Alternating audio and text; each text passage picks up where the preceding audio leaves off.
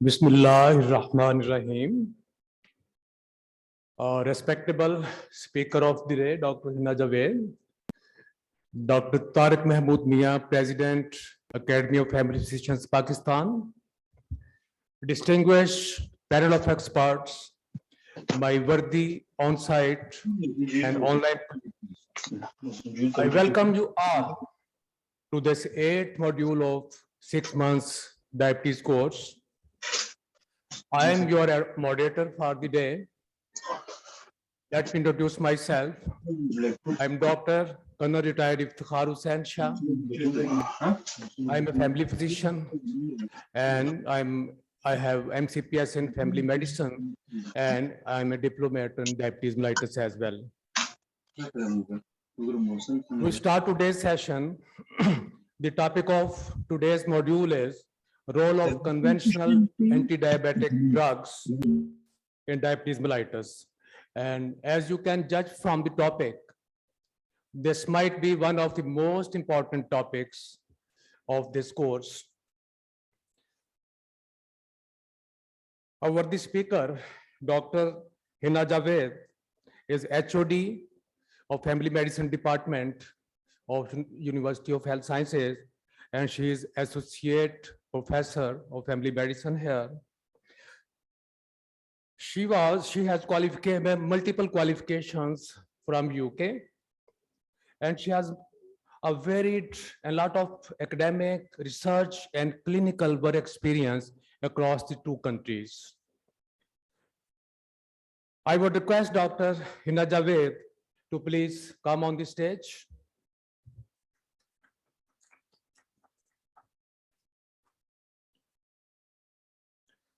We have 2 distinguished panelists from 2 different countries across the globe for the today's module.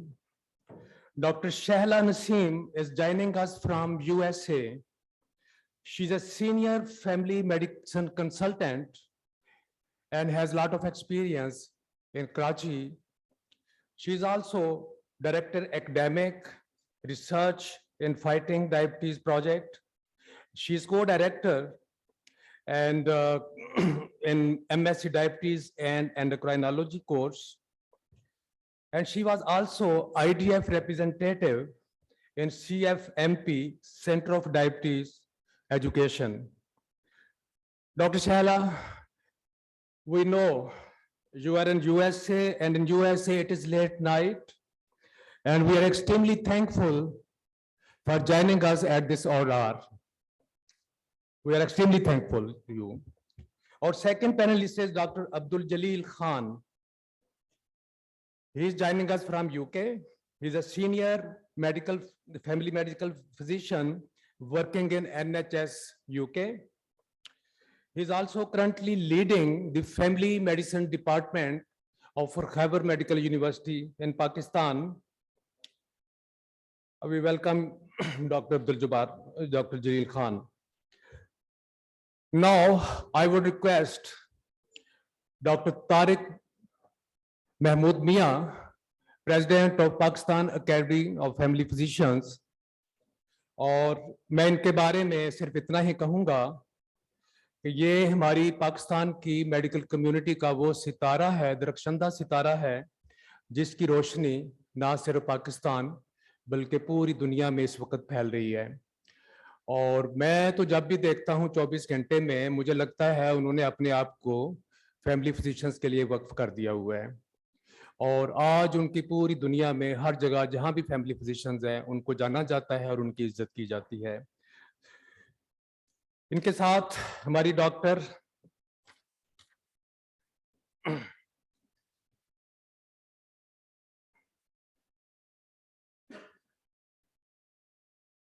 मेरे ख्याल में सही साहब तो नहीं आए अभी तक ना,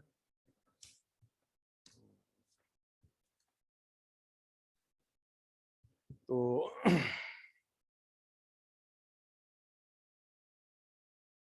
और इनको आप भी आ जाएं। हमारी लेडी विंग की प्रेसिडेंट, जिन्होंने बहुत अरसे से जो हमारी लेडी डॉक्टर्स हैं उनको कमांड कर रही हैं, तो उनको भी मैं रिक्वेस्ट करता हूं कि वो आ जाएं स्टेज पे। और अब मैं रिक्वेस्ट करूंगा to let us start the session. I would request Dr. Hinda Javed to please start our today's module, the role of anti-diabetic drugs in diabetes mellitus. Dr. Hinda Javed, please.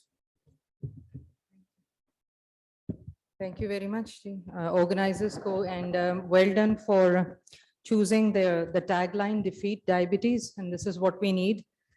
मेरा introduction already हो चुका हुआ है. Assalamu alaikum, good afternoon, and good morning. I know it's early hours of the morning in USA. And congratulations to Dr. Shahla. One of her articles has been published today. I think she shared it on pre-diabetes. So it's just a coincidence that we are here today talking about diabetes. जो मेरा topic है वो role of conventional यानी जो traditional medications हैं diabetes की, oral anti diabetics उन पे है। तो मेटफॉर्मिन है, सल्फेनाइल यूरिया का ग्रुप है, और थायाजोलिडिनिडाउन्स उसमें पायोग्लिटाजोन है। रोजीग्लिटाजोन तो ऑब्वियसली ऑब्सोलीट हो गई है, उनके ऊपर बात करेंगे। किसी को पता है कि पाकिस्तान में क्या प्रेवलेंस चल रही है डायबिटीज की? सॉरी, 20% ऊपर चले जाएं थोड़ा सा। 1 in 4, 4 लोगों में से एक को डायबिटीज है, ठीक है। तो ये रेशो है, prevalence one of the highest in the world है। इंटरनेशनल डायबिटीज फेडरेशन IDF की वेबसाइट पे आप जाएंगे तो उस पे है। ट्विटर पे भी IDF बहुत एक्टिव है, so those of you who use Twitter. Learning objectives में बेसिकली ओरल एंटी डायबिटिक पे तो बात करेंगे, लेकिन जो एक चीज which goes hand in hand with the diabetes management is diet. क्योंकि क्रॉनिक कंडीशन है, पेशेंट आपके पास आएगा, कई दफा आएगा, क्रॉनिक कंडीशन है, फॉर लाइफ है, तो डाइट उसमें हर कंसल्टेशन में एज अ जनरल प्रैक्टिशनर आपको डिस्कस करनी है। एक सवाल पूछना है ऑडियंस से कि क्या डायबिटीज रिमिशन में जा सकती है, रिवर्स हो सकती है? Type 2 yes, yes it can. ठीक है, पेशेंट्स कई आते हैं हमारे पास, उनको नहीं पता होता, तो एज अ जनरल प्रैक्टिशनर हमें उनको टीच करना है। ठीक, तो एक तो रोल ऑफ डाइट थोड़ा सा टच करेंगे, और फिर how to select the most appropriate oral anti diabetic agent. So जो टॉपिक्स कवर करेंगे वो डाइट के हवाले से, जिसमें हम ग्लाइसेमिक इंडेक्स को थोड़ा सा देखेंगे, HbA1c पे एक स्लाइड है, ज्यादा नहीं, फिर मेडिसिन हैं तीनों ग्रुप्स, नाइस गाइडलाइन को देखते हैं कि ये तीनों मेडिकेशंस नाइस गाइडलाइन में कैसे फिट होती हैं। आप सबको पता है हम नाइस गाइडलाइन फॉलो करते हैं फॉर क्रॉनिक कंडीशंस, और 2 केसेस हैं, ज्यादा नहीं, सिर्फ 2, और दोनों जनरल प्रैक्टिस रिलेटेड है। सो मैनेजमेंट जो ट्रीटमेंट डायबिटीज की है, जब भी पेशेंट आएगा, ब्रॉडली हम टाइप 2 की यहाँ बात कर रहे हैं, thank you for pointing that out. ये 3 है, ठीक है, इंसुलिन हर एक में नहीं होगा ऑब्वियसली, लेकिन मेजॉरिटी में फर्स्ट एंड सेकंड तो होगा। अच्छा, why I am talking about direct study? Direct stands for diabetes, DI, remission, RE, clinical trial, so that's how direct word came out. इस स्टडी को यहाँ मेंशन करना बहुत जरूरी है। ये 2017 में स्टार्ट हुई थी, इसको 5वां साल शुरू हो गया इस स्टडी को, और पेशेंट्स इसके फॉलो अप होते जा रहे हैं, और इसके रिजल्ट्स 2 साल के बाद बड़े पॉजिटिव आने शुरू हो गए थे कि वजन कम होता है तो diabetes, good glycemic control, remission, reversal हो रहा है। So people were defined as in remission, यानी रिवर्स हो गई डायबिटीज, जिनका HbA1c 6.5% या उससे नीचे चला गया, ठीक है, और उनको दवाई की जरूरत नहीं पड़ी। तो अब यहाँ पे देख लें कि स्टडी की क्या फाइंडिंग्स थी कि 1 साल के बाद 88% of people who lost more than 15 kilogram weight went into remission. 57% of those who lost 10 to 15 kilogram weight went into remission. 34% of those who left 5 to 10 kilogram went into remission. So higher the weight loss, higher the chance of good glycemic control, not requiring oral anti-diabetic, और उससे economic benefit कितना होता है population को या country को, that is another positive aspect to look at. GI index पे बहुत क्विकली बात कर लेते हैं कि GI इंडेक्स क्या है। खाने में कार्बोहाइड्रेट का कितना कंटेंट है, वो कितनी जल्दी जज्ब होगा, कितनी देर तक ब्लड स्ट्रीम में रहेगा, और कितनी देर में एक्सक्रीट होगा। हमें लो GI इंडेक्स फूड्स चाहिए। फॉर एग्जाम्पल, अगर मैं व्हाइट ब्रेड का स्लाइस लूं और उसके ऊपर जैम लगा दूं, that's high glycemic index, right. अब उसी चीज को अगर मैं ब्राउन ब्रेड के ऊपर वही जैम लगा दूं, that becomes a moderate to low glycemic index, because brown bread will now lead to reduced absorption and slow release of sugar in the system, blood, भूख देर से लगेगी, right. So low GI index foods हैं, some of them. Everything that is nice and tasty is unfortunately high GI index. लेकिन जो greens हैं, vegetables, fruits हैं, porridges हैं, cereals and different types, oats, चने, brown चने खास तौर पे, ये low GI index foods हैं। और जब HbA1c हमें कराना पड़ता है पेशेंट्स में रेगुलरली, एक चीज का ख्याल रखेंगे, वो एनीमिक तो नहीं है, आयरन डेफिशिएंसी या विटामिन B12 डेफिशिएंट तो नहीं है, तो HbA1c तो बढ़ेगा। If that is the case, get their anemia treated first, ठीक है, क्योंकि एरिथ्रोपायोसिस डिफेक्टिव है। ये सिर्फ एक रिविजन के लिए है, because we have got speakers from abroad, तो मिलीमोल्स पर मोल्स में होता है और हमारे यहाँ तो परसेंटेज में, तो कन्वर्जन के लिए सिर्फ फॉर योर नॉलेज लगाया गया। Now we move on to the oral anti diabetics. This is just a list of all, हम सबके बारे में बात नहीं करेंगे, हम पहली 3 के बारे में बात करेंगे। तो ओरल एंड इंजेक्टेबल, इसमें इंसुलिन नहीं है, ज़ाहिर इंसुलिन अलग से, that's part of the presentation at some other point. लेकिन एक इंजेक्टेबल GLP-1 माइमेटिक्स हैं जो एक्सेनाटाइड वगैरह हैं। तो हम फर्स्ट 3 के बारे में बात करेंगे। बाइगोनाइड की class, sulphonyl urea and thiazolidinediones। So metformin क्या है? A very basic traditional prototype drug। Gluconeogenesis कम कर देती है। What is gluconeogenesis? Simple words में क्या है?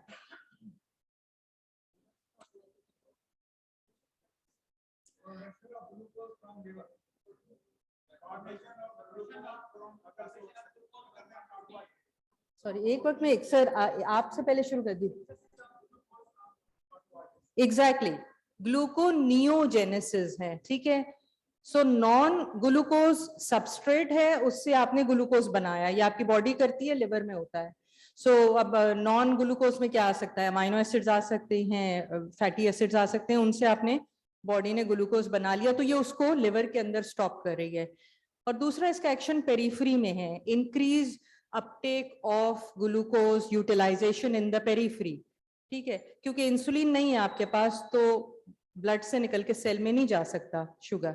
So this is another action, वो ग्लूकोज ट्रांसपोर्टर्स हैं सेल में, उनको इनहांस करके वो करे। सो 2 एक्शंस। इस दवाई के बारे में एक बहुत बड़ी मिसकंसेप्शन और मिथ है हमारी पॉपुलेशन में। एनी आइडिया कि ये हाइपोग्लाइसीमिया करती है? अक्सर पेशेंट कहते हैं मेरा शुगर इस दवाई ने कम कर दिया, हालांकि ये दवाई हाइपो नहीं करती, ठीक है। There is huge evidence which is speaking out loud, ये दवाई हाइपो नहीं करती है। तो ये जो इसके साथ एसोसिएटेड मिसकंसेप्शन है, उसको एड्रेस करना पड़ेगा।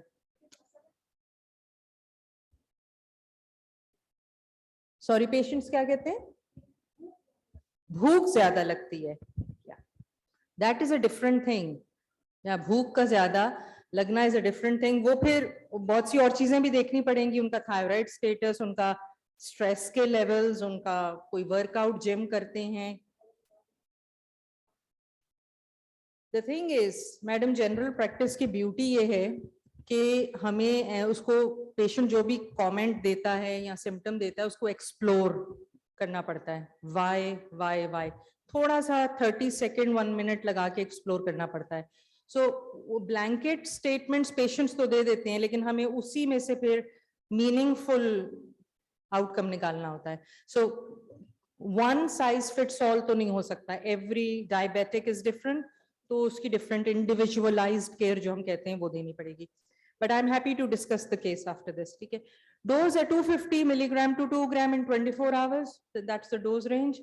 GI साइड इफेक्ट्स बहुत कॉमन है, ब्लोटिंग है, नोजिया होता है। विटामिन B12 एब्जॉर्प्शन इफेक्ट होती है, और 2 से 3 साल लग ही जाते हैं विटामिन B12 की एब्जॉर्प्शन को इफेक्ट होने में।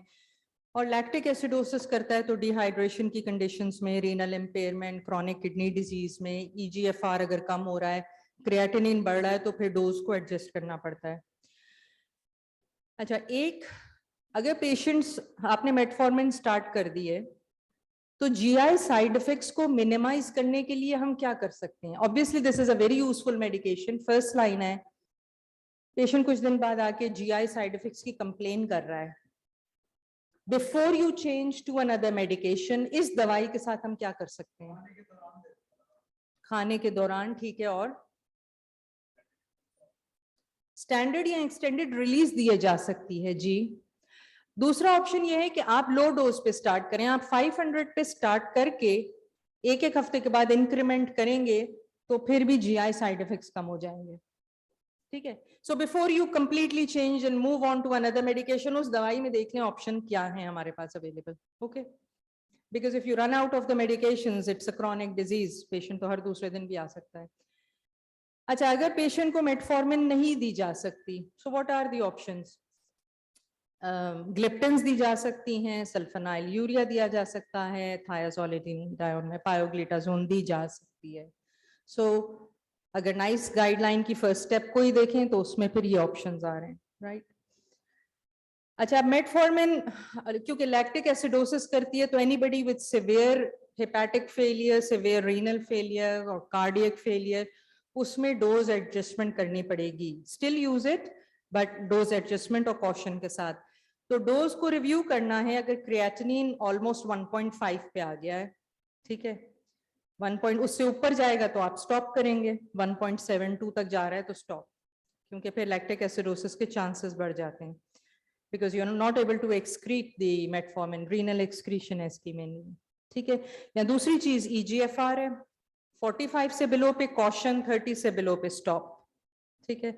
सो this is the basic for metformin which I believe every GP should know, क्योंकि diabetes is our bread and butter.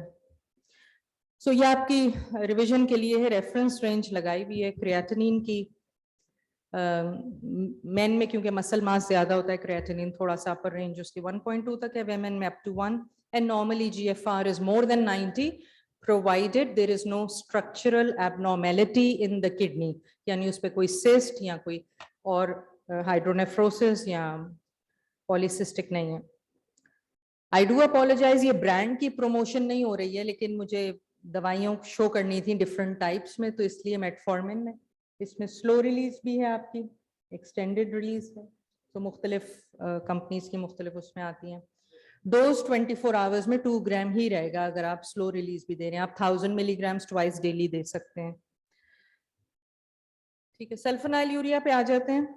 Mechanism क्या है कि जो भी इंसुलिन आपकी बॉडी में रह गया है, ब्लड में सर्कुलेट कर रहा है, उसको यूटिलाइज करे, और पैनक्रियास को, सॉरी नॉट यूटिलाइज करे, बल्कि पैनक्रियास से उस सिक्रीशन की, इंसुलिन की सिक्रीशन को प्रमोट करे।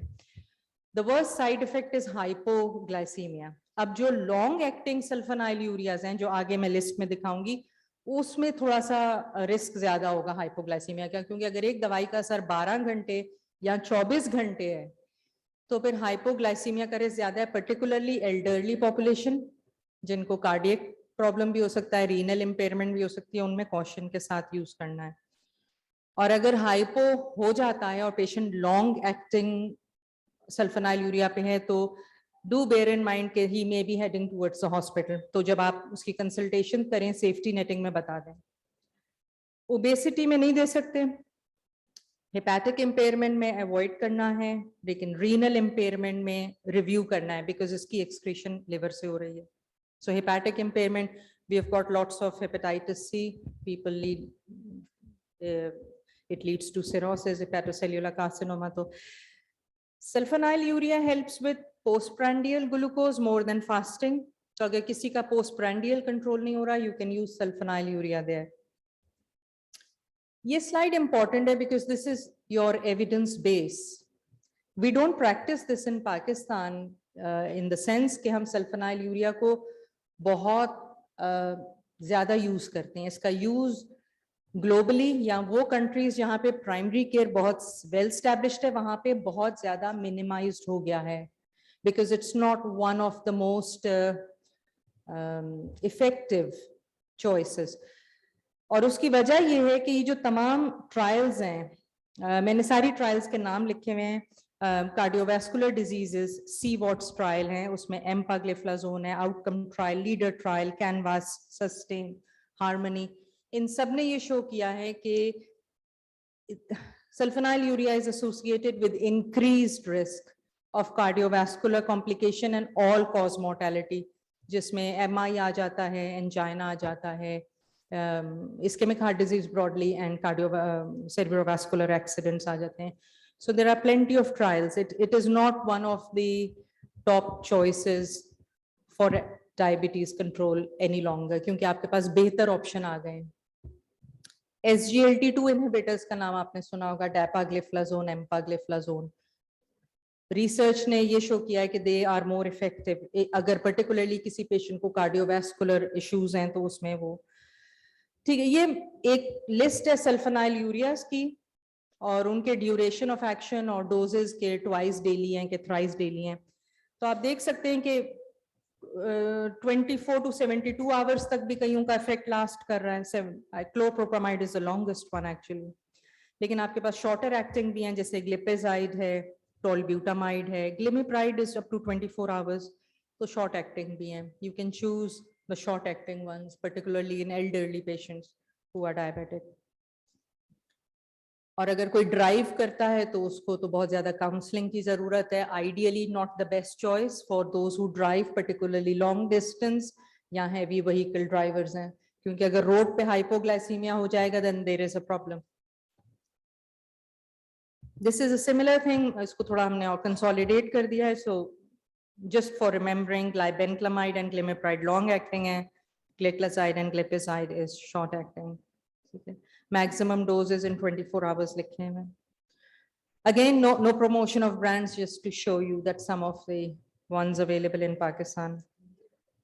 So Diamicron, Minidab, Deonil.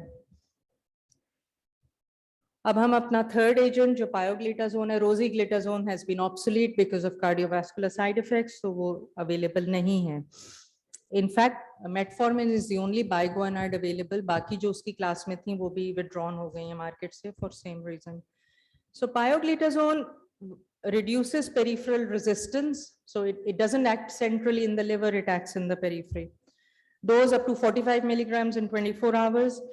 लेकिन इसमें दो चीजों का caution है. अगर किसी को already MI हो चुका है या cardiac condition है तो उसमें नहीं देनी. और अगर आप इंसुलिन के साथ यूज कर रहे हैं तो और caution होना है.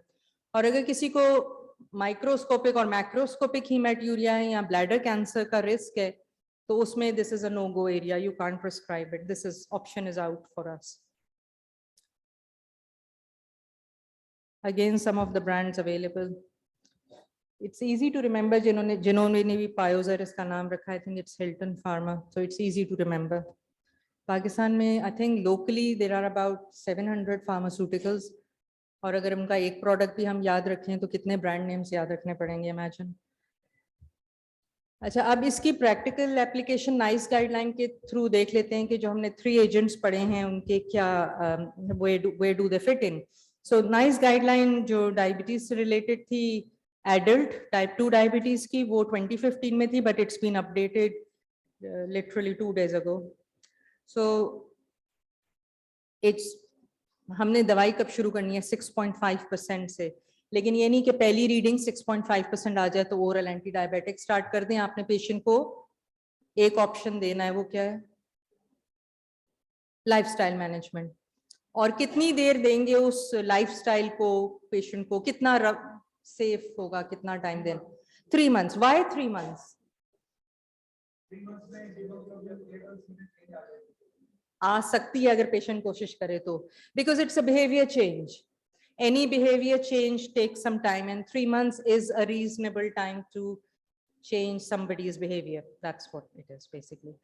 सो अगर वो फेल हो जाता है, पेशेंट 6.5 एंड अबव है, तो आप मेटफॉर्मिन. लेकिन अगर ये डिस्कशन आपने दवाई स्टार्ट करने की पिछली वाली कंसल्टेशन में कर ली है कि जी आप 3 महीने बाद आएंगे और आपका HbA1c कंट्रोल नहीं हुआ, खुदा ना खास्ता, तो दवाई शुरू करेंगे, तो फिर सब्सिक्वेंट कंसल्टेशन में आपके लिए आसान हो जाएगा, क्योंकि पेशेंट मेंटली प्रिपेयर्ड आएगा कि जी अब हो सकता है दवाई आए, रिजल्ट तो उसके सामने होगा ना.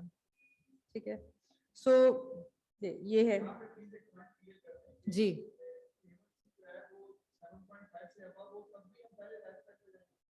नहीं, now that is a it depends कि पेशेंट को कोई और कोमॉर्बिड्स हैं कि नहीं. बट 7.5 देखिए, पेशेंट डिफिकल्ट है लाइफस्टाइल में चेंज. लेकिन कई पेशेंट कहते हैं मैंने दवाई नहीं खानी, कुछ भी हो जाए. तो फिर वो पेशेंट ऑटोनॉमी वहां आती है जिसको मैं ओवरराइड नहीं कर सकती. अगर पेशेंट को मैंने सब कुछ बता दिया है और वो कहता है नहीं डॉक्टर साहब मैं एडमंट हूं, मैं करूंगा, मैं करके दिखा सकता हूं, तो आप उसको टाइम देंगे. यस, उसमें हो सकता है. राइट. उसमें फिर है कि based on the cardiovascular risk assessment, हम यूजुअली एक बाहर यूज करते हैं क्यू रिस्क, एक असेसमेंट टूल है, वो हमें कार्डियोवैस्कुलर रिस्क बता देता है. पेशेंट की एज, उसकी डिफरेंट चीजें, कोलेस्ट्रॉल लेवल्स और HbA1c, ब्लड प्रेशर, ये सब डालते हैं तो उससे हमें पता चल जाता है वो. तो अगर पेशेंट को क्रॉनिक हार्ट फेलियर है या एथेरोस्क्लेरोटिक हार्ट डिजीज है, जैसे पेरिफेरल वैस्कुलर डिजीज हो गई है, तो उसमें आपके पास स्टेप 1 में ऑप्शन SGLT2 का है, इन एडिशन टू मेटफॉर्मिन. 2 दवाइयां आप शुरू कर सकते हैं. अगर 2 कर रहे हैं तो फिर किस तरह प्रिस्क्राइब करनी है? पहले मेटफॉर्मिन कर दें, उसके बाद SGLT2. डोंट गिव 2 टुगेदर, वो फिर ग्रेडेड अप्रोच. जनरल प्रैक्टिस में हमेशा जो बेबी स्टेप्स होते हैं, छोटे छोटे स्टेप्स लेना, graded approach and follow up. That's the beauty of general practice. So don't start to, you can, but best ये होगा कि एक. सो any patient with cardiovascular disease consider SGLT2. उसमें सल्फेनाइल यूरिया का इतना रोल नहीं होगा, right?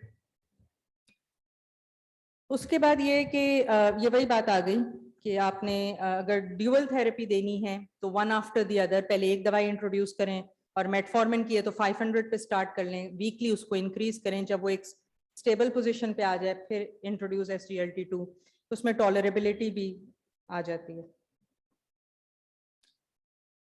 Okay, we have already covered it. To minimize the risk of gastrointestinal side effects, gradually increase the dose. Yeah, use standard release or extended release, modified release. Okay, अब आपका question आ गया कि sir in adults with type 2 diabetes, if HbA1c is not controlled by one agent, तो आप उसमें add on intensification कर सकते हैं, लेकिन go one step back, diet को फिर भी check करें, because you have to check diet in every consultation.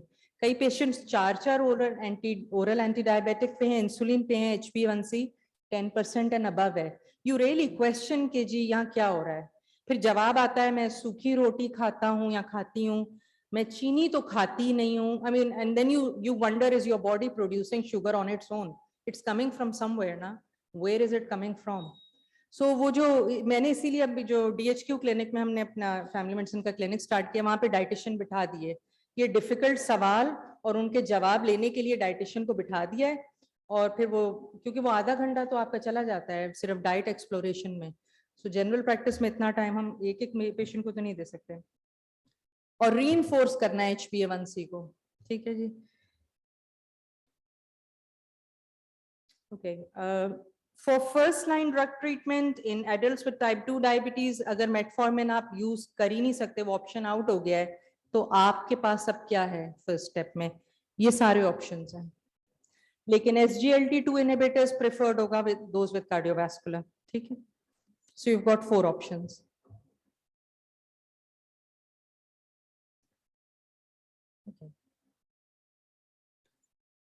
अच्छा, अब मैंने सल्फेनाइल यूरिया और पायोग्लिटाजोन को कंबाइन कर दिया यहाँ पे, उस केस में जब मेटफॉर्मिन आप नहीं दे सकते. ठीक है, तो ये आपकी फर्स्ट लाइन बन जाएगी.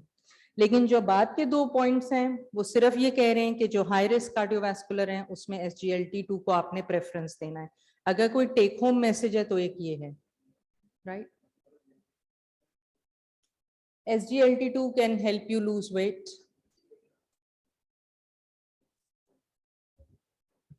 सल्फेनाइल यूरिया को क्या करना है सर? वो फर्स्ट लाइन में है, लेकिन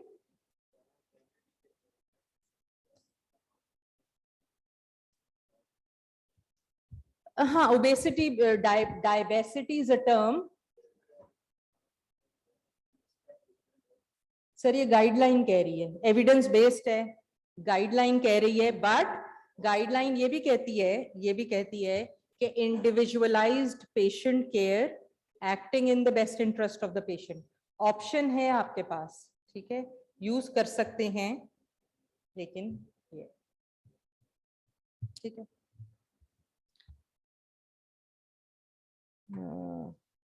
Right.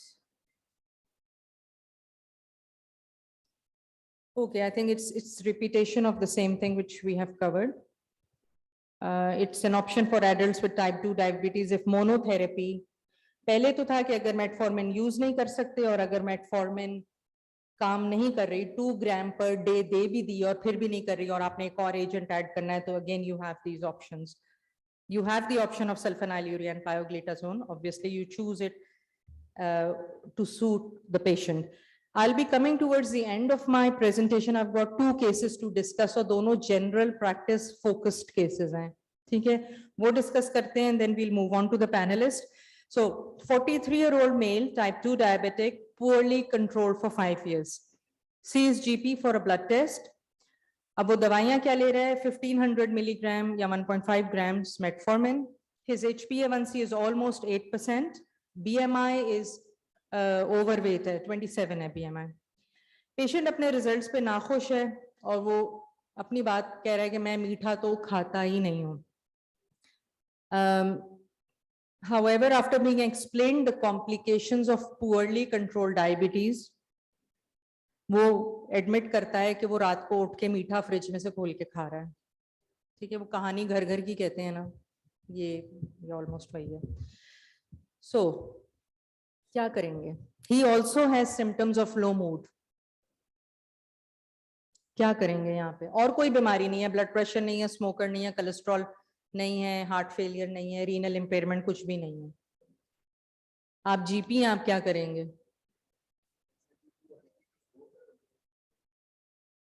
आप क्या SGLT2 देंगे और DPP4 यानी सीटाग्लिप्टिन और डेपाग्लिफ्लाजोन आप कंबाइन करके इन एडिशन टू मेटफॉर्मिन आप दे देंगे। आप 3 दवाइयां उसको दे रहे हैं। Any other option? लाइफस्टाइल क्या करेंगे सर? लाइफस्टाइल में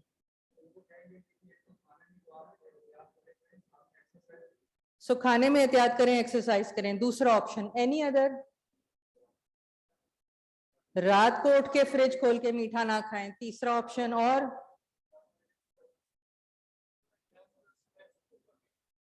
स्ट्रेस को एड्रेस कीजिए। Chronic disease is always associated with mental health problems. Depression हो जाता है, ठीक है, और अब तो दवाइयों की प्राइस देखकर डिप्रेशन देखकर हो जाता है, खरीद कर तो पता नहीं क्या होगा।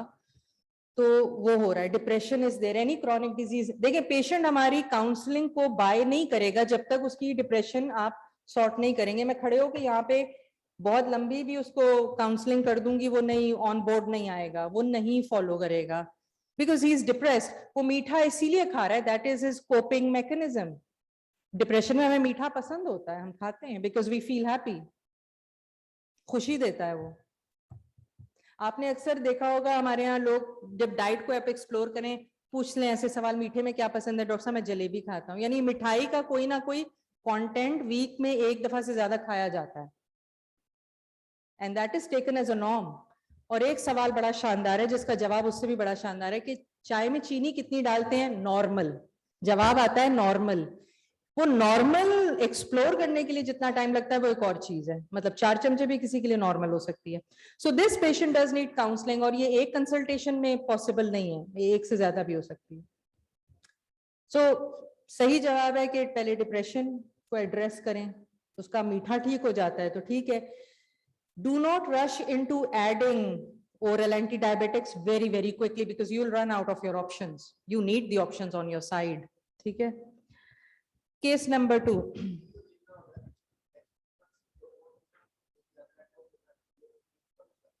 जी, आपको फिक्र उसके HbA1c के परफेक्ट है, होनी चाहिए। आप जीपी हैं, उसे कंट्रोल करना है, कॉम्प्लिकेशंस है, लेकिन पेशेंट की स्पीड पे जाना होता है। देखिए सर, पेशेंट एक एजेंडा लेके आ रहा है, आप जीपी आपका अपना एजेंडा है। The agendas of 2 people has to meet somewhere. Middle ground लेना पड़ेगा। These are not easy consultations to have. They are difficult ones. ठीक है जी। Let's move on. Case number 2, 56-year-old female, diabetic है, metformin 2 ग्राम per day और gliclazide 160 milligram once daily पे। BMI में obesity की range में है, 32 है, past history of MI। Hospital में एडमिट हुई थी 1 महीना पहले विद नमोनिया। अभी रिसेंट HbA1c 7.5% है, EGFR 45 है, क्रिएटिनिन 1.2 है।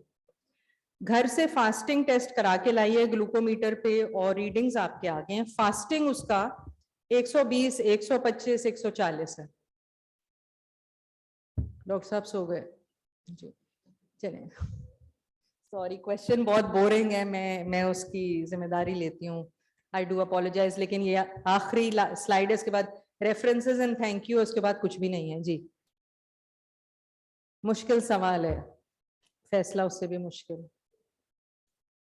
इसमें इशू क्या है?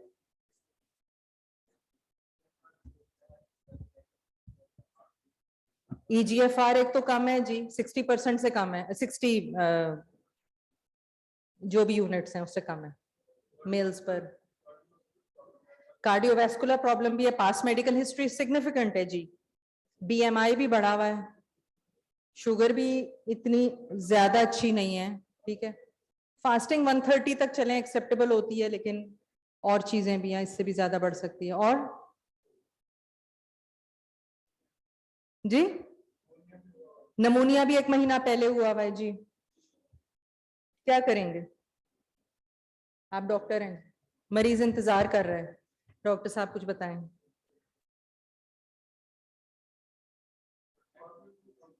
मेटफॉर्मिन को कितना कम करेंगे सर? 2 ग्राम पर है मैक्सिमम डोज जी।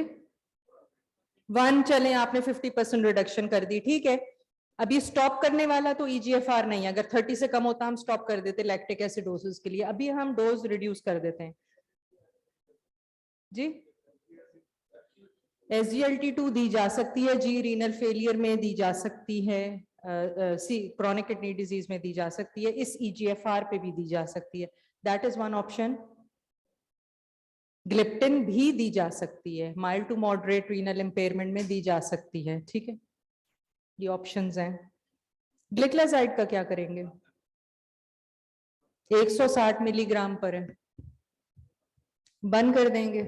इसमें रिस्क ऑफ हाइपोग्लाइसीमिया भी बढ़ जाएगा ना, क्योंकि क्रेटिनिन बढ़ रहा है, रीनल एक्सक्रीशन नहीं होगी तो फिर वो हाइपोग्लाइसीमिया के चांसेस यहाँ बढ़ जाएंगे, ठीक है। टेक होम मैसेज है कि डायबिसिटी एक टर्म है, क्योंकि diabetes and obesities go hand in hand. तो obesity does not cause it, but it leads to, fast track कर देती है डायबिटीज डेवलपमेंट को। और ये सबसे अच्छा स्टेटमेंट है जो दरमियान में लिखा है कि 1 किलोग्राम वजन कम करने के लिए 7700 कैलोरीज बर्न करनी पड़ती है। मुझे नहीं पता था कि 1 किलोग्राम वजन के पीछे इतनी कैलोरीज बर्न करनी पड़ती हैं, बट दैट शोज कि वेट लॉस में कितना मसला होता है। और दूसरा, review and adjust oral anti diabetics regularly, particularly in patients with comorbids. And these are my references. Thank you very much. If you want to email me any questions or track me on Twitter, you can do that. Thank you, Ji.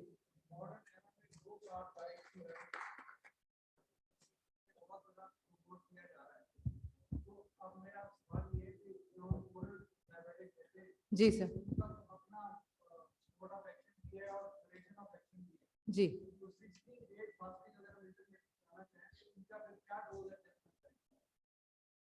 अच्छा, यानी आप कह रहे हैं जो लोग ये special diets, keto diet और उस पर हैं और ऑलरेडी लो कार्बोहाइड्रेट ले रहे हैं, तो इट डिपेंड्स उनका, अगर ब्लड शुगर कंट्रोल बहुत अच्छा है already, which will reflect on their fasting and postprandial and HbA1c, तो फिर तो उनकी डोज एडजस्टमेंट इजियर नहीं आपके लिए हो जाएगी? शुरू कर रहे हैं तो it all depends on the HbA1c and the fasting, and 8.5 है जी।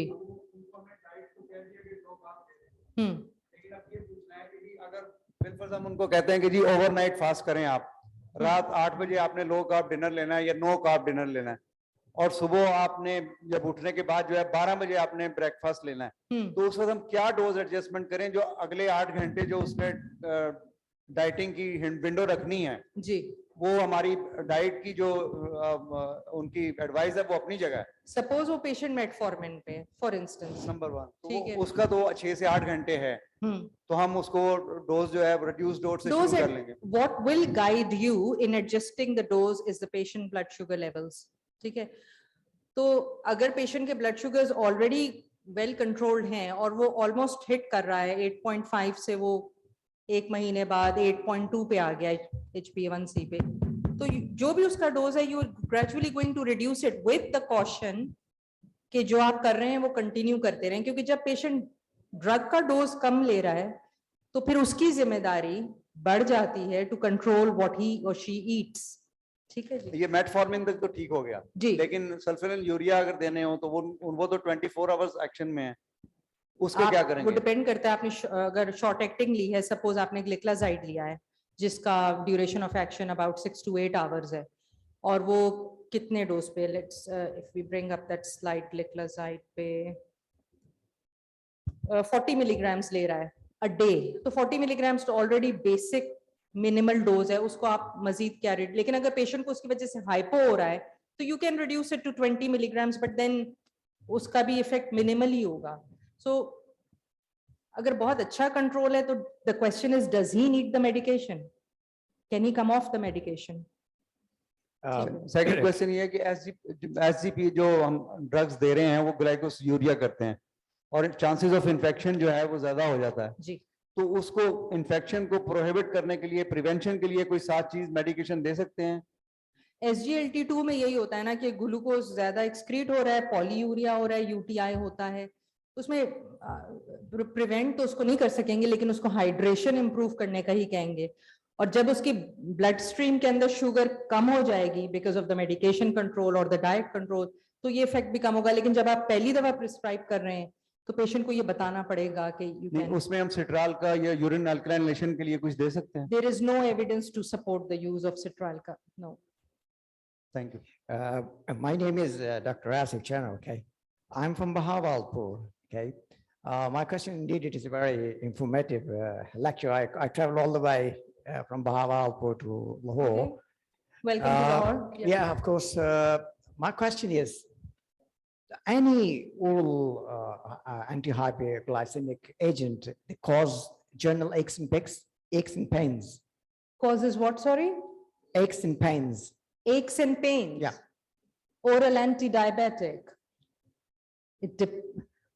Not that I can think of any of the panelists know if the oral anti-diabetic causes aches and pains. Well, sometimes you can have idiosyncratic effect because every individual is different. Some patients may come up and say sitagliptin की वजह से मुझे जिस्म में दर्द हो रहा है. But then as a general practitioner, you need to explore, is there anything else causing aches and pains and stuff? But on top of my head, I can't remember any particular oral anti-diabetic famous for aches and pains. Unless the Thank you. panelists know. Do you want me to answer? Let me, okay. Sulfonylurea may cause. That's fine. Continue रखेंगे जी, जरा panelist को जरा line पे ले जी panelist को जी. Sorry, I'll get back to you. It was a wonderful presentation by Dr. Najaved और मेरा ख्याल है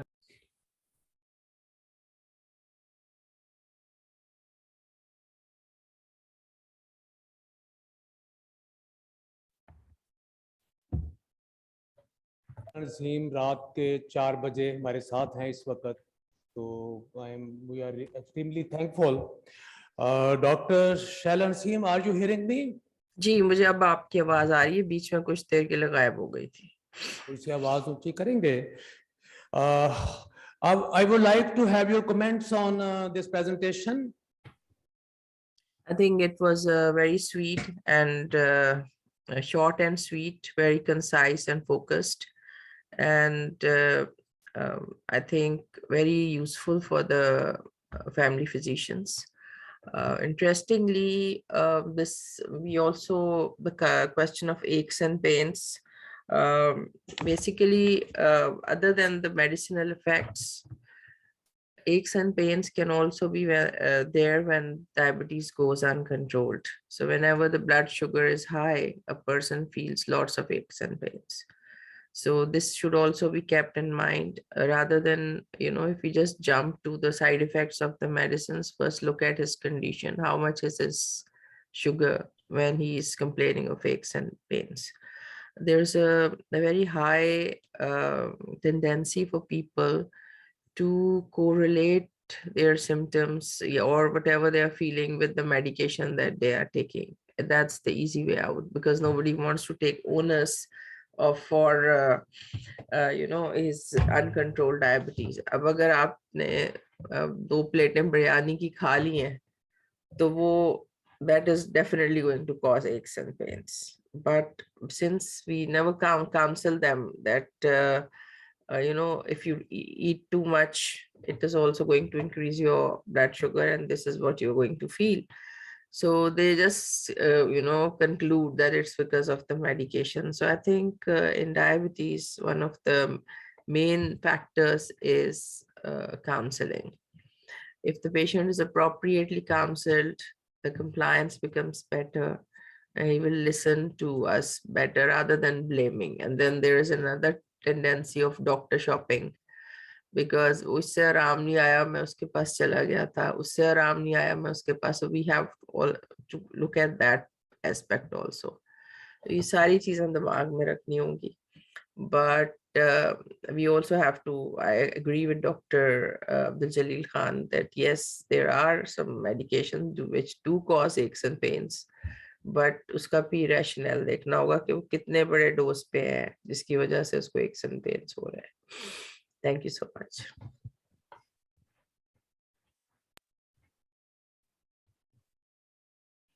Thank you very much, Dr. Shaila Naseem. And also thank for being with us at this odd hour. Pleasure. Dr. Abdul Jalil Khan from UK is also with us. Dr. Abdul Jalil Khan, are you hearing me? Yes, I can, yeah. Sir, I would like your comments on this presentation by Dr. Hina Javed. Okay, thank you very much. Yeah, it was a very good, concise presentation focusing on the oral anti-hyperglycemic drugs. Hina used NICE guidelines, which obviously all those of us, trained from UK, we normally use NICE guidelines. In Pakistan, I've seen a tendency, because I also practice in diabetes hospital, Peshawar, as a specialist diabetologist. So we do use a lot of American guideline as well, and it's a little bit different. So that's why, some audience, when they're raising the question, so they are obviously asking about the second line. So in diabetes, it's very simple. The first line is always metformin, UKPDS study, 1999. The benefit on the improvement on, cardiac mortality and morbidity. So that's why, it is the first line drugs as usual. I know somebody raised a question why can't SGLT2 be the first one? So if you look at the mechanism of action, because it helps in reducing gluconeogenesis, so that's why it's always the first line. And then for second line, as Hina already mentioned, the NICE guidelines has also been updated in June 2022. I've downloaded it now, because sometime in Pakistan you can't download it, but here I was able to download a Proforma, which is just only 4 or 5 pages. So inshallah, what I will do, I will just share it with my colleagues here. So that will be just a kind of easy for you guys to, kind of print it out and put it in your clinic and just put it in front of you. So metformin is also first line. Second line diabetes, please remember, it's always individualized treatment. Please consider cost, patient weight, in terms of, how many years they have been for diabetes, because if somebody had diabetes for 20, 30 years, giving more sulfonylurea is not going to increase more insulin and their HbA1c as well. If somebody present with in Pakistan, we are not that lucky that somebody will come with 7.5 or 8 HbA1c. In my clinic, when somebody comes, their HbA1c is 15, 16 or 17. They always come with more than 10. So you always start with, so American guideline does consider starting 2 drugs if you are more than 9, starting 3 drugs even when you are more than 10. So these are a few things, you need to consider. SGLT2 is definitely a wonder drugs, especially the first case which Hina mentioned. If somebody having obesity or a BMI, which is very common in Pakistani Asian population, again, from the side effects, I've seen cases of heart failure as well. In Pakistan, I've seen cases with edema. So I always go for SGLT2 as my second line in obese patient, or as per the guidelines on those with very high CVD risk. So these are the 2 areas where you put SGLT2 as your second line drug. In terms of the EGFR, yes, if less than 60, normally they used to be not recommending, but after the EMPA-REG trial, and now currently there are a lot of work being going on in Pakistan on CKD and also on ischemic heart disease. So even those above 45, you can use SGLT2 with a reduced dose. So we can then go into details, if people have questions in particular about something. But these are, as I said, normally my first and second line. And then it's very individualized treatment. Now in Pakistan, we have even the GLP-1, so which help very much in the obese patient.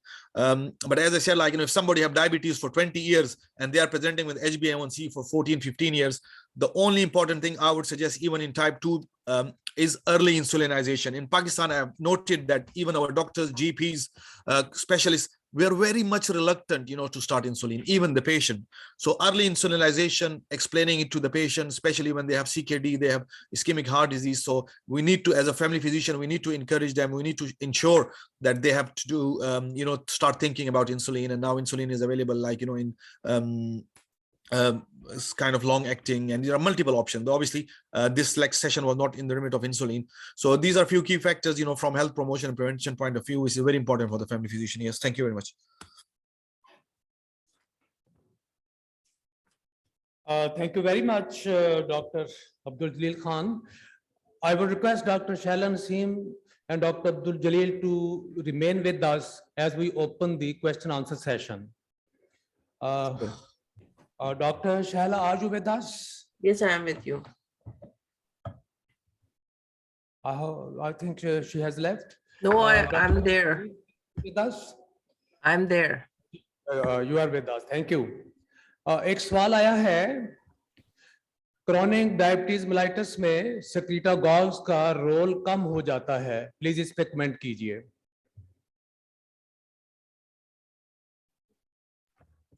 Ji, Sorry, I think Yeah, sorry. Comment करेंगे। I'll let Hina comment on it, but I'll just do one comment कि chronic diabetes नहीं कोई भी इस्तेलाह नहीं होती है। Diabetes, either it's type 1 or type 2.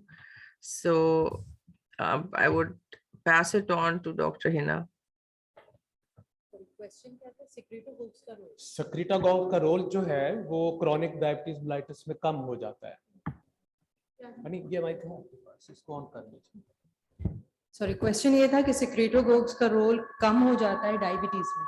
आप अपना टर्न ऑफ कर रहे हैं, एको कर रहे हैं। सेक्रेटोगोग्स क्या हैं? जो इंसुलिन सिक्रीट करते हैं। Sulphonylurea is one of them, insulin is another. उनका role chronic diabetes is a chronic disease, we do not need to use the word chronic before it. Role कम हो जाने का मुझे क्वेश्चन, अगर जो भी क्वेश्चन जिसने किया वो एलैबोरेट कर दे। Hina, do you want me to answer it? Because I have already answered him in the question answer. जैसे हमने पहले बात की कि renal failure, hepatic failure, cardiac failure तो नहीं है। कार्डियोवैस्कुलर डिजीज है तो फिर तो सेक्रेटोगोग्स में ओरल एंटी डायबिटिक का रोल कम हो जाएगा, क्योंकि हमें पता है हाइपोग्लाइसीमिया का रिस्क बढ़ गया है और कार्डियोवैस्कुलर मोर्टेलिटी को वो प्रोमोट करता है सल्फोनाइलयूरिया, तो हम अदर ऑप्शंस की तरफ जाएंगे। Insulin still has the role, तो again it depends on what the individual's condition is. It's difficult to comment for everybody. Can I answer? ये देखा जा रहा है कि जब शुरू कहते हैं कि 50% बीटा सेल जब डायग्नोज होती है डायबिटीज, तो दे हैव डाइड या एग्जॉस्टेड, जो भी लफ्ज बोले, तो लॉन्ग टर्म यूज ऑफ सल्फोनाइलयूरिया के साथ साथ वो जो बीटा सेल हैं वो भी एग्जॉस्ट होना शुरू हो जाते हैं। Sure. और आपने देखा कि शुरू में सल्फोनाइलयूरिया बड़ी इफेक्टिव होती है, ये भी करती हैं, लेकिन ऑन द लॉन्ग टर्म अगर यूज करें तो उनका इफेक्ट, जो क्वेश्चन आया वो ये है, कम हो जाता है। तो उसकी मेन रीजन यही होती है कि जो बीटा सेल हैं वो टाइम के साथ एग्जॉस्ट होते जाते हैं। उनको रीजुविनाइट करने के लिए और अदर तरीके हैं, जिस तरह पायोग्लिटाजोन है, SGLT2 है, अगर उनको ऐड करके दिया जाए तो फिर भी हो सकती है। और एक बात जो इसमें थोड़ी सी क्वेश्चन अभी डिस्कशन चल रही है उसमें ये है कि ये जितनी भी ओरल एंटी डायबिटीज हैं इंक्लूडिंग सल्फोनाइलयूरिया, इसकी एक लिमिट है कि कितना HbA1c कम करेंगी। तो सबसे ज्यादा अभी भी जो HbA1c कम करती है वो सल्फोनाइलयूरिया ही करती है। आप मेटफॉर्मिन को ले लें, SGLT2 को ले लें, SGLT2 के अलावा बाकी भी ले लें, तो ये टोटल मिला के भी 1.5 से 2 तक कर सकती हैं। उसके बाद अगर क्या है तो फिर कैसे उसको मैनेज करना है। इसीलिए गाइडलाइन में शायद ये भी है कि अगर 8.4 से ऊपर चली जाए HbA1c तो आपको इंसुलिन की जो है वो ज़रूरत पड़ती है और वो लेनी चाहिए।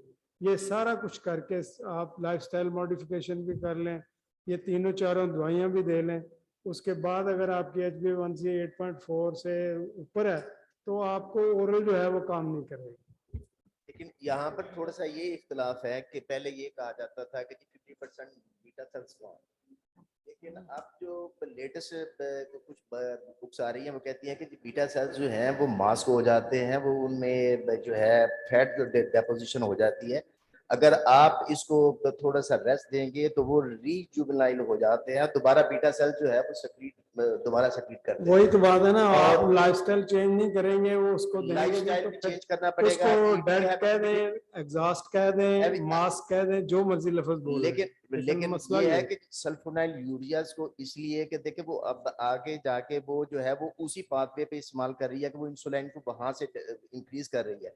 जबकि आपका ग्लाइसेमिक कंट्रोल जो है वो इतना बेहतर इसलिए नहीं होता कि वो आपके ट्राइग्लिसराइड और VLDs जो है वो इंक्रीज कर देती है, क्योंकि इंसुलिन की सेक्रीशन जो है जब बढ़ती है तो वो ये सब चीजें उसमें आ जाती हैं। तो इसलिए अगर आप SLG2 और DPP4 पे आ जाएंगे तो वो क्योंकि जो SLG2 है वो सिस्टम में ग्लूकोज को जाने ही नहीं देता ताकि वो सेक्रीशन जो है वो कम हो सके। तो इसलिए वो SLG2 जो है वो बेनिफिशियरी इस वजह से देती है कि वो जाके आपके ट्राइग्लिसराइड को भी जाके हिट कर रही हैं और आपके बाकी मामलात को भी हिट कर रही हैं। अफसर, एक मेरे ख्याल में मैडम की स्लाइड थी जिसमें वेट रिडक्शन, अगर आप उसको देखें रिवर्सल ऑफ डायबिटीज में, तो उसका बहुत बड़ा रोल है। तो लिहाजा अगर जैसे उन्होंने कहा कि 10 to 15% अगर किलोग्राम वेट रिडक्शन है तो उसमें 88% रिवर्सल के चांसेस हैं। तो मेरा ख्याल है कि अगर हम वेट रिडक्शन के ऊपर जोर दें, लाइफस्टाइल के ऊपर जोर दें, तो फिर हमें काफी हद तक इसको हम रिवर्स कर सकते हैं। Can I answer this question a little bit? Question था SGLT2 और UTI पे। कल एक फॉरेन स्पीकर प्रोग्राम था PC में, उन्होंने एक अच्छा एक नुक्ता दिया कि अगर आपने फर्स्ट टाइम SGLT2 किसी में शुरू कर रहे हैं तो अगर आप यूरिन रूटीन एग्जामिनेशन कर ले और उसमें देखें कि ऑलरेडी इन्फेक्शन तो नहीं चल रहा और उसको शुरू कराने से पहले आप उसको ट्रीट कर लें, तो उसके बाद SGLT2 कर लें, तो फिर कोई इतना ज्यादा Excuse me, I want to interrupt here. थोड़ा सा elaborate करेंगे कि वो जो है वो कैसे एक्ट करके तो वो इसमें कंट्रोल करती है, क्या वो इसी तरह ट्राइग्लिसराइड को भी जाके इफेक्ट करती है कि नहीं? डॉक्टर आसम, जो पहला सवाल चल रहा है उसमें ये है, जैसे डॉक्टर सईद साहब ने बताया है 50% पे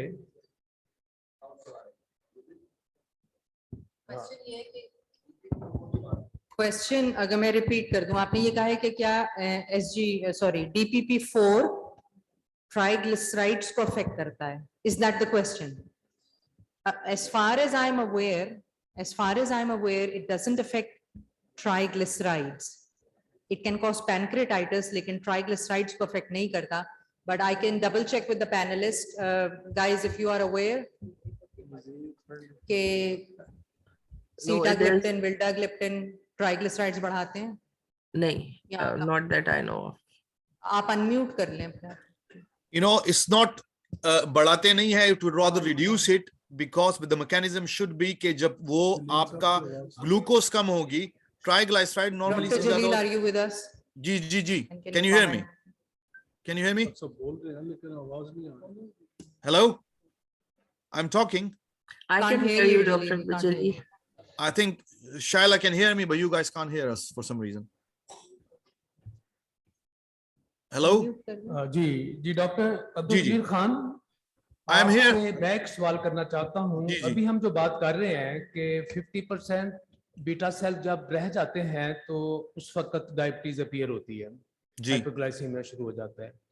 eight 30% cells are essential 25 to 30% for action of secretagogues. अभी जो आपका सवाल था कि जी। सेक्रेटागॉग जो है जो क्रॉनिक डायबिटीज में जो है, तो उसके लिए 25 to 30% हेल्दी बीटा सेल्स की रिक्वायरमेंट है टू प्रोड्यूस इंसुलिन। जी सर। तो आजकल बहुत जोर चल रहा है डायबिटीज रिवर्सल का, लेकिन मैंने एक और टर्म भी सुनी है, रिवर्सल। क्योंकि डायबिटीज रिवर्सल जो है, अगर वहां पे बीटा सेल्स ही नहीं है तो हम कैसे करेंगे डायबिटीज रिवर्सल? तो it should be in selected cases, जहां तक मेरा ख्याल है, और इसके ऊपर हमें डाटा का वेट करना चाहिए जब तक इस पे कोई क्लियर कट इंडिकेशंस नहीं आ जाती, और हमें उस हाइप के साथ अपनी चीजों को नहीं चेंज करना चाहिए। आई पर्सनली फील, आपका क्या ख्याल है? सर देखिए, इस पे मैंने क्लियरली अपने वो उसमें समरी में आपको बता दिया था कि नॉर्मली व्हेन पीपल से कि भाई आप सिक्रेटागॉग क्यों नहीं दे रहे, द प्रॉब्लम इज कि जब हमारे पास मरीज आता है, if somebody is been diabetic for more than 20 years, yeah, let's suppose, and his HbA1c is about 12%, और आप उसको बार बार ग्लाइकोलाइजाइड या ग्लाइमोप्राइड दे रहे हैं, so that mean he is already burn out. मैं सईद साहब की बात से एग्री करूंगा कि he's already burn out most of his beta cells. So by you giving more glycolazide, you can sometime make him hypoglycemia में चला जाएगा, लेकिन you're not helping with his diabetes. So इसलिए early insulinization is the key. If somebody got diabetes for more than 20 years and his HbA1c is about 12-13, इसका मतलब है कि आप ऐसे ही मेहनत कर रहे हैं जो सईद साहब ने आपको कहा है कि अच्छे से अच्छा ड्रग जो है ना 0.5 to 1% HbA1c कम करता है, इससे ज्यादा वो कर नहीं सकता. So that's why sulfonylurea is a good drug, but we would only recommend कि अगर किसी का HbA1c 10 से ज्यादा है और अर्ली इंसुलिन डायबिटीज है और आपने उसको शुरू में दे दिया to get a good control, providing कि वो ओबीज नहीं है, उसको आपका रिस्क ऑफ ओबेसिटी नहीं है, तो हम उसको दे के उसको कंट्रोल कर पाते हैं. अदरवाइज अगर कोई पेशेंट HbA1c 8 के साथ आपके पास आ रहा है और मेटफॉर्मिन भी है आपके पास अभी, SGLT2, DP4, so you don't even go for DPP4. उस तरह जिस तरह वो डॉक्टर साहब ने कहा कि भाई उसके अपने बीटा सेल जो है अभी मरे नहीं है, सप्रेस हुए हैं, तो वो हो सकता है एक्टिवेट हो जाए. यस, प्रोवाइडिंग कि उसके डायबिटीज को 4-5 साल हुए हैं. अगर उसकी डायबिटीज को 25 साल हो गए हैं, 20 साल हो गए हैं, 30 साल हो गए हैं, तो फिर वो सप्रेस नहीं हुए हैं. He has already exhausted all his beta cells. So then early insulinization is the key. जहां तक ये दूसरी DPP4 का आपका सवाल था कि ट्राइग्लाइसराइड में, तो it rather help in reducing triglyceride, but how? It also, जब आप ये शुगर लेवल बहुत ज्यादा होता है तो it increase your triglyceride levels. ये बिल्कुल डायरेक्टली प्रोपोर्शनल है. तो normally when you reduce the insulin, glucose, then the triglyceride level will be reduced. The other thing is, जो दो चीजें सर ने कहा उसमें मैं ऐड करूंगा sir, exercise is also one of the thing जो आपका HbA1c को quickly reduce कर सकता है, providing कि you do at least 45 minutes of exercise 5 days a week और exertional activities. तो इसके अलावा बाकी जितनी ड्रग है 0.5 to 1%, और if somebody has HbA1c of more than 10 and have diabetes for more than 20 years, so इसका मतलब है कि beta cell is running out and you should go for early insulinization. जो दूसरा सवाल का मैं सिर्फ बता दूं वो aches and pains का, तो एक बात का ख्याल रखिएगा कि डायबिटिक में वैसे भी न्यूरोपैथी होती है. दूसरा, metformin is very common to cause B12 deficiency. Metformin जब एब्जॉर्प्शन उसकी होती है तो B12 डिफिशियंसी करती है. तो इसलिए पुरानी डॉक्टरी मुझे याद आ गई, जब हम छोटे थे और वो डॉक्टर नूर बयान के इंजेक्शन लगाते थे जीपीस बड़े शौक से. So I even now like methycobal is, मैं आई ऑलवेज रिकमेंड कि B12 की डिफिशियंसी उसमें होती है. फिर पाकिस्तान में लोग कहते हैं कि भाई आप टेस्ट कर लो, तो B12 कराने का जो टेस्ट है उसके पैसे से अच्छा है, वो ज्यादा है, उसके बदले अगर वो 2 टीके लगा ले तो दैट्स बेटर. या you can put on methycobal, so B12 deficiency can cause that. So these are few things I would suggest, but yes, beta cells after 20 years, 25 years is very difficult.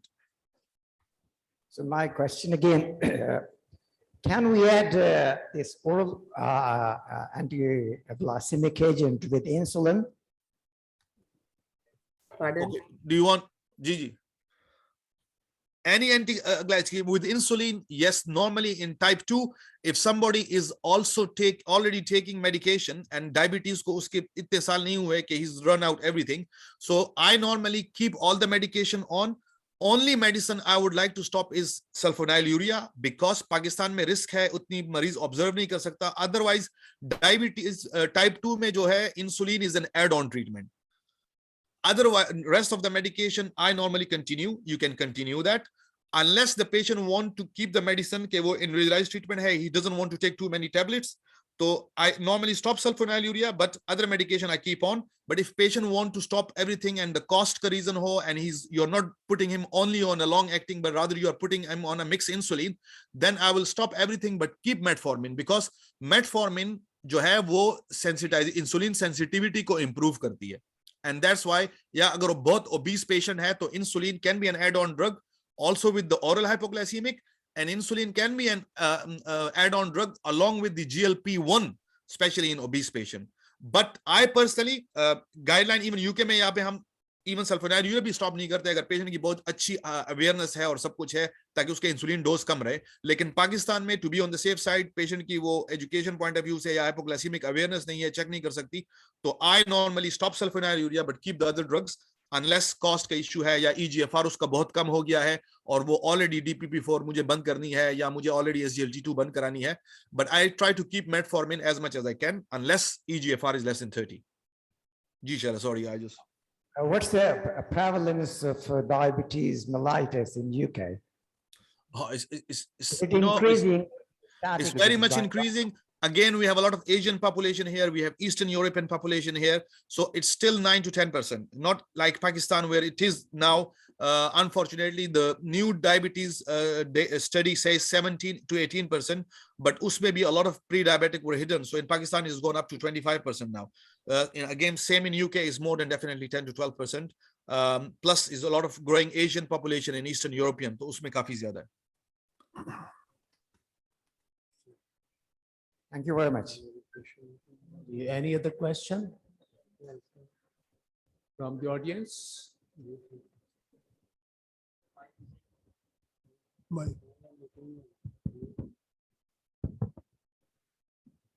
Assalamualaikum. Hello. Yes. My name is Dr. Sami. I am cardiologist with interest in cardiometabolic medicine. So my question is that you have told that the maximum dose of metformin is 2 grams per day, as I understood. But what about for somebody over 100 kg weight or more than that? क्या ये 2 ग्राम ही cut off है दुनिया में या इससे ज्यादा की गुंजाइश कुछ पेशेंट में होती है? हमें 2.5 और अप टू 3, मैंने सुना है अमेरिका में 3 ग्राम तक भी दे देते हैं बाज ओवरवेट लोगों को. I'll take this question. But I think it's best. 3 gram, it's not in my experience that I've not seen many cases on 3 grams, but 2.5 तक तो दी जा सकती है जी. But again, remember, it's not just the drug that works. Patient को भी अपना input देना होता है, and that is where the primary care physician is needed. Because imagine in a country with no primary care like ours, patient घर से उठ के जाता है सीधा secondary tertiary care में. There is nothing to fall back on. So जो patient को खुद जिम्मेदारी लेनी है, empowerment है, that is hugely missing. So patient needs to take home that message कि दवाई is not going to work on its own. You have to give the input as well. इसका छोटा सा आंसर ये भी है डॉक्टर हिना की इजाजत से कि ये कुछ ड्रग्स का ना थ्रेशोल्ड है. तो ये जब देखा जाए तो मेटफॉर्मिन का थ्रेशोल्ड जो है वो 22.5 तक ही है. उससे ऊपर आप चाहे 6 ग्राम दे दें, इफेक्ट उतना ही होगा.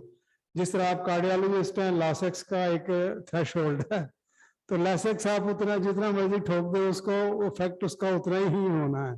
तो ये भी मेटफॉर्मिन के साथ है कि इसका थ्रेशोल्ड जो काउंट किया गया है ना गाइडलाइन में वो यही है 22.5, यानी 250 से लेके आप इंक्रीज करते जाएं जहां तक आपका मकसद हल हो जाए. Thank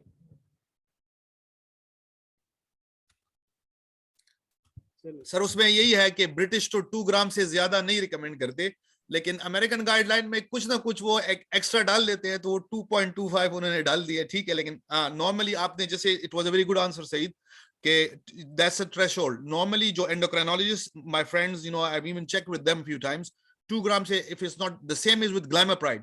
Glimepiride maximum is 4 milligram and I've seen people in Pakistan giving 6 milligram. तो 4 milligram के ऊपर अगर वो काम नहीं कर रहा, so then it's not going to work. And people are still giving 6 milligram. Having said that, उसका पाकिस्तान में एक आंसर कुछ लोग ये देते हैं कि हमारी जो मुख्तलिफ ड्रग कंपनीज हैं वो है, तो उसमें अगर आप किसी से ये पूछ लें कि इसमें टोटल ड्रग कितनी है, तो that could be a solution. वो मतलब आंसर के कभी कभी कुछ हमारे कंसल्टेंट इसलिए 6 दे रहे होते हैं कि यार वो इसलिए कि इसमें 6 में हो गई total 4 milligram. But otherwise you right, like 2 gram is the maximum which nice recommend, लेकिन अमेरिकन गाइडलाइन में वो 2.25 या 2.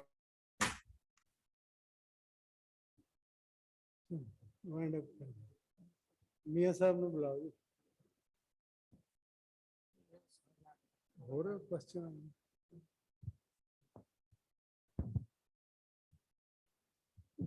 I have a question to the abroad doctors, sir and ma'am.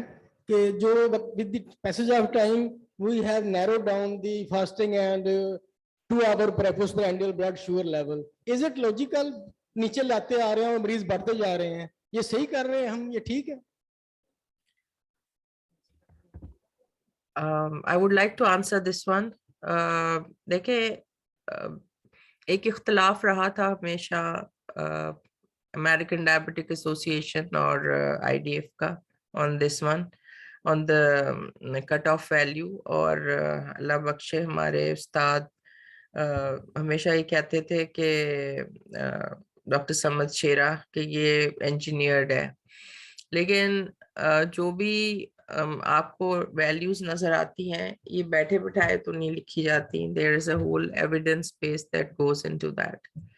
So we have to look into that on basis of which evidence they change the cutoff value. So yes, at times हमारे लिए बड़ा alarming होता है, मगर ये जो भी changes आती हैं into the guidelines या into the norms that we take them as diabetes, तो ये basically किसी ना किसी scientific basis पे बनाई जाती हैं, ऐसे बैठ के नहीं बना ली जाती. So keeping that in mind, I think again the other important thing is कि इतने HbA1c पे कितने लोगों में complications हुई. That's also an important part that we must take care of. और उसको भी सोचना चाहिए. So there are several things that come into mind. लेकिन हम अगर उसको सिंप्लीफाइड फॉर्म में जब देखते हैं तो हम समझते हैं कि जी ये बढ़ाते जा रहे हैं या उसको द थ्रेशोल्ड को कम करते जा रहे हैं. अब 6 हो जाएगा, फिर 5 हो जाएगा, फिर सारी दुनिया डायबिटिक हो जाएगी. ये भी एक अच्छी बहस है, but there has to be something, कोई ना कोई रैशनल होता है, उसके बगैर गाइडलाइंस नहीं आपकी बन सकती. उसका एक बहुत ही स्टैंडर्डाइज्ड प्रोसेस है. तो आई थिंक ये कोई पॉलिटिकल इशू नहीं है. हाँ, लेकिन कुछ चीजों पे दोनों स्कूल्स ऑफ थॉट्स, जो आपका IDF था और अमेरिकन डायबिटिक एसोसिएशन, उनको एक दूसरे से इख्तिलाफ था. सो इट डिपेंड्स कि आप किसको लेना चाहते हैं, आप कौन से स्कूल ऑफ थॉट को फॉलो करते हैं. सो दिस इज समथिंग. और हमें पाकिस्तान में अगेन देयर इज एन, अगर हमारे पास इतनी ज्यादा रिसर्च हुई भी हो तो हम अपना एक स्टैंडर्ड भी बना सकते हैं. बट सिंस हमारे पास कोई रिसर्च है ही नहीं अदर देन दैट के जो फार्मास्यूटिकल्स पे करके करवाती हैं, उसके अलावा किसी को तौफीक नहीं है कि वो एक लार्ज अमाउंट में रिसर्च कर सके. हाँ, हम लोग कर सकते हैं on primary care level, and then perhaps we can address this question. Thank you. I would request Dr. Abdul Jalil to give comments on it. Yes, sir. Thank you very much. It was a very good question by the Dr. Saab raised. Yes. So again, देखें, आपको पता है कि even healthcare is being influenced by a lot of stakeholders, and I agree कि America में या जिस मुल्कों में health insurance का system है, तो वहाँ पे जब early diagnosis होती है and people go on the diagnosis and its effect have insurance and everything. Yes. तो एक point of view तो ये है कि हाँ, वो जितना नीचे आ रहा है तो हमारे लोग भी ज्यादा हो रहे हैं. लेकिन हमारे कार्डियोलॉजिस्ट दोस्त भी यहाँ पे बैठे हैं और उन्होंने एक पॉइंट रेज किया था अर्लियर ऑन. तो if you look at something which is even pre diabetic and if you have a metabolic syndrome, जो हम सबके सेडेंटरी लाइफ शुरू हो गया है and we start getting these male bellies and deposit होना शुरू हुआ, तो even that is a risk of cardiac problem. Because diabetes mein what we are worried, we're not worried about the only level of glucose. If somebody is having blood sugar agar 250 se uska niche hai, to as such uska itna effect nahi hai comparatively. But if he got diabetes, इसका मतलब है कि इसमें बाकी metabolic syndrome के वो शुरू हो गए हैं. So that's why we want early diagnosis और pre-diabetic stage में हम उसको control करें, या जो हिना ने mention किया कि whether we want to reverse it और हम health promotion prevention में वो करें. तो हम इसलिए early diagnosis के लिए threshold नीचे लेके आ रहे हैं ताकि लोग जल्दी diagnosis हो और pre-diabetic में हम उनको पकड़ लें. अब जरूरी नहीं है कि वहां पे आप मेडिसिन ही ट्रीटमेंट होती है ना. बहुत से लोगों ने देखा कि इवन अगर 7.5 तक भी कोई है and even if they want to prefer diet exercise, so that can be done. तो अगेन मेडिसिन के लिए आपका ट्रीटमेंट के लिए थ्रेशोल्ड डिफरेंट होना चाहिए, लेकिन डायग्नोसिस के लिए I suggest is better to have very low threshold for early diagnosis and early management of diabetes. तो उसका डेफिनेटली शायद इंश्योरेंस पे इफेक्ट होगा, लेकिन आई वुड स्टिल से कि क्योंकि प्री डायबिटिक और metabolic syndrome in itself is an illness. ये एक ऐसी चीज है कि that can even produce your risk of cardiovascular and mortality morbidity. So that's why जब हम इसको अर्ली पकड़ेंगे तो आई थिंक इज बेटर. तो इसलिए कोई रिकमेंडेशन होनी चाहिए, खासकर हमारे एशियन लोगों में. जैसे बाहर तो हम यूके में 40 ईयर्स में you do all your test and including HbA1c. तो मेरे ख्याल में पाकिस्तान में तो आई थिंक के एट 30 और even 25 you should do screening for diabetes. और यही मेरे अपनी जो रिसर्चर्स होते हैं उनके साथ, क्योंकि बहुत बड़ी स्टडी हुई थी जो पाकिस्तान की डायबिटिक स्टडी हुई है, इसमें हमारे H. आमिर साहब और हमारे जो VC साहब है प्रोफेसर जौलक साहब की स्टडी है. और इस पे इतनी बड़ी स्टडी उन्होंने पूरे पाकिस्तान का डायबिटीज प्रिवेलेंस किया है, लेकिन इस पे कोई गवर्नमेंट की तरफ से होना मेरे ख्याल में ये चाहिए था कि भाई आया निकाहनामे के साथ या किसी के साथ डायबिटीज की स्क्रीनिंग होनी चाहिए, बिकॉज डायबिटीज हमारी एशियन पॉपुलेशन में हमारे मुल्क के लिए मोर्टिलिटी मॉर्बिडिटी के बहुत बड़ा इशू है, और इस पे बहुत हम गरीब मुल्क हैं और हमारा बहुत कॉस्ट इस पे लग रहा है। तो आई थिंक कोई अर्ली स्क्रीनिंग की या उसकी ये होनी चाहिए। जी thank you. Doctor Abdul Khalil Khan, आपका आंसर हो गया मुकम्मल? जी जी जी। हमारे पिछले सेशंस में कीटो डाइट पे काफी बात हुई है, तो एनएचएस में इसका कोई अपडेट है? अच्छा, उसमें अब ये है कि नॉर्मली देखिए जो डायबिटीज है, एनएचएस ऑलवेज रिकमेंड, हम मेडिटेरेनियन डाइट इसके लिए रिकमेंड करते हैं, जिसमें आप you don't want complete lack of carbohydrate, no, you still want them to have significant portion of carbohydrate, क्योंकि because you still need that for your muscles and stuff. However, there are some research going on कि जो intermittent fasting है, तो उसका चूंकि weight loss पे और उस पे effect है, तो उस पे कुछ ना कुछ वो हुआ है। तो normally they don't recommend complete keto diet. The diet still in UK is for diabetes is low carb and low fat diet. तो उसको बेशक whether you want to call it keto या it's not completely lack of carbohydrate, no, low carb and low calorie. And I think in Pakistan we should recommend as well, because हमारे मुल्क में तो मसला ये है कि भाई आपको प्रोटीन का किसी को ख्याल तो नहीं होता, ना आप मेजरमेंट चेक कर सकते हैं, ना आप कैलोरीज चेक कर सकते हैं। तो what do you normally do? Normally definitely कि आप वहां पे इसी तरह रखें कि भाई low carb and low calories rather than complete keto diet. Thank you very much, Dr. Abdul Khalil. Now I will request Dr. Tariq Mian. Sir एक सवाल, please. Last question please. ये मैडम शैला से मेरा एक सवाल एक था। क्वेश्चन के बाद डॉक्टर तारिक मियां से मैं रिक्वेस्ट करूंगा। मैडम शैला से मेरा एक सवाल था कि पेनक्रियाटिक इम्प्लांट पर स्टेम सेल की इसमें क्या वैल्यू है और इस पर कोई काम हो रहा है कि नहीं हो रहा है? Thank you very much. Repeat करिएगा प्लीज। Pancreatic what? जी, मेरा सवाल ये है कि पेनक्रियाटिक इम्प्लांट और स्टेम सेल की इसमें कोई रोल है डायबिटीज कंट्रोल में, और उसके ऊपर कितना काम हुआ है अभी तक? अच्छा जी, इंटरेस्टिंगली अभी तक तो कोई रोल, मतलब रोल तो डेफिनेटली होगा अगर कॉमन सेंस से भी देखा जाए, बट उसको किसी ने अप्रूव किया है, एफडीए ने या किसी और एजेंसी ने, that hasn't been approved yet. So there may be, देखिए जब रिजल्ट जब रिसर्च हो रही होती है ना, तो उसको प्रोसेस को अप्रूवल में जाने के लिए आपको तकरीबन 4000 लोगों का डेटा चाहिए होता है, और वो 4000 लोगों का डेटा बहुत क्लियर क्लोजली उसको मॉनिटर किया जाता है। And there are several stage जिसके अंदर आप ट्रायल्स करते हैं। फेज 1 होता है, फेज 2, 3, इसी तरह जो आप प्रोसेसेस हैं, जैसे पेनक्रियाटिक इम्प्लांट है, अभी तक मेरा नहीं ख्याल कि किसी ने इसको भी सबमिट किया है for FDA approval. So of course the processes are there, and they may be considered in some later year, but इस वक्त अगर मैं ये कहूँ कि हाँ इससे फायदा हो जाता है या इससे नुकसान हो जाता है, नहीं, इसके ऊपर हम अभी कमेंट नहीं कर सकते, क्योंकि ये अभी तक अप्रूव प्रोसेसेस नहीं है। एक्सपेरिमेंटल या किसी क्लिनिकल ट्रायल का हिस्सा होंगे कहीं ना कहीं, तो that's a different scenario.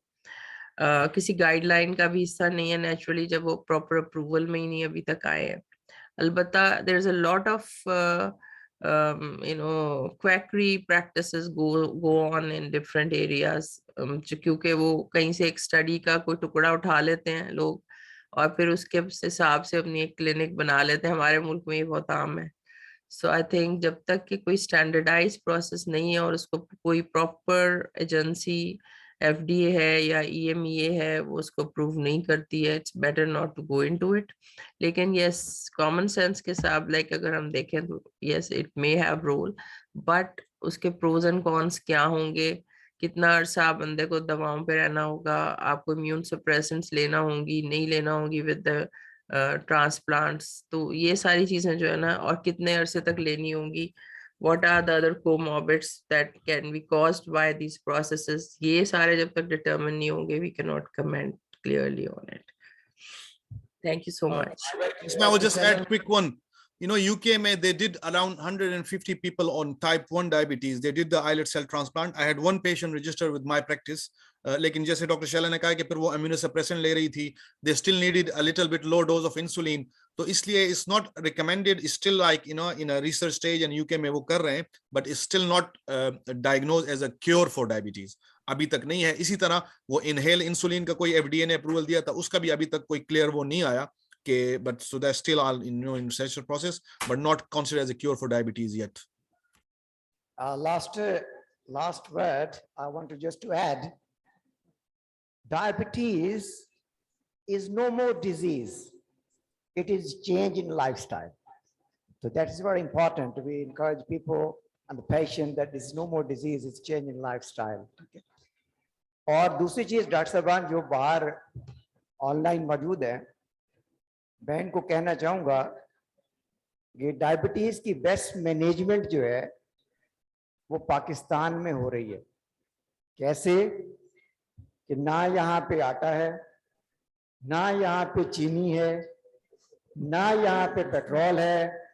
Doctor साहब ने बहुत अच्छी चीज कही और मैंने सुनी और मैं अप्रिशिएट करूंगा कि यहाँ पे ना पेट्रोल है, तो 1 केजी वजन जो है वो रिड्यूस करने के लिए 7000 कैलोरीज बर्न होंगी। तो best management of diabetes, the place is Pakistan. Come to Good. Pakistan, visit Pakistan.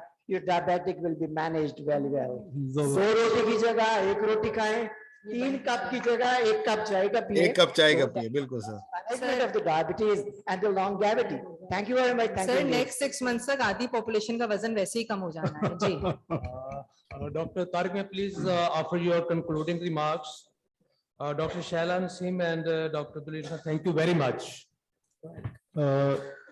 जी बिस्मिल्लाहिर्रहमानिर्रहीम। मेरा ख्याल है कि डॉक्टर हिना ने काफी अरसा पहले कहा था कि फैमिली फिजिशियन ही बेटर टीच कर सकते हैं, और आज हमने उसका एक देखा कि जितना सिंप्लीफाइड तरीके से स्ट्रेट फॉरवर्ड और टू द पॉइंट प्रेजेंटेशन थी, मेरा ख्याल है कि hardly ever we have seen. तो एक्सीलेंट प्रेजेंटेशन डॉक्टर हिना, और डॉक्टर जलील और डॉक्टर शैला नसीम, आपका बहुत शुक्रिया। पर्टिकुलरली डॉक्टर शैला का कि वो सुबह के सहरी के वक्त मेरा ख्याल है कि आप रोजा रख लें, और 16 आवर फास्टिंग जो कि हमारा डायबिटीज कंट्रोल करने का, उसमें करें। बहुत शुक्रिया जी आप दोनों साहिबान का, और हमारे जितने और इफ्तिखार शाह साहब का बड़ा अच्छा मॉडरेट किया। आप तमाम दोस्तों का, बेसिकली हमारा मकसद क्या है कि फैमिली फिजिशियंस को हम इतना अपडेट कर दें उनका नॉलेज, कि देखें जितनी भी क्रॉनिक डिजीजेज हैं, डॉक्टर जलील बेहतर जानते हैं और डॉक्टर हिना भी, जो कि ये यूके से इनका ताल्लुक है, कि हाइपरटेंशन कंट्रोल नहीं हो रहा था, तो उन्होंने एमएचएस में फैमिली फिजिशियंस को, जीपीस को वहां पे ऑन बोर्ड लिया, और तब से जो उनका कंट्रोल रेट था वो बहुत बढ़ गया। इसी तरह जो डायबिटीज है, जो जितनी भी क्रॉनिक डिजीजेज हैं, उसमें जब तक फैमिली फिजिशियन को हम उनका नॉलेज अपग्रेड नहीं करते, उनको लूप में नहीं लेते, तब तक हम इसको कंट्रोल कर ही नहीं सकते। तो मेरा ख्याल है कि basically this is the modality of family physicians, और हमें जितना भी फैमिली मेडिसिन को, और ये WHO का है कि जिस मुल्क की प्राइमरी केयर स्ट्रांग नहीं है, वहां का हेल्थ डिलीवरी सिस्टम स्ट्रांग हो ही नहीं सकता। तो thank you very much for your participation. Thank you so much. Thank you.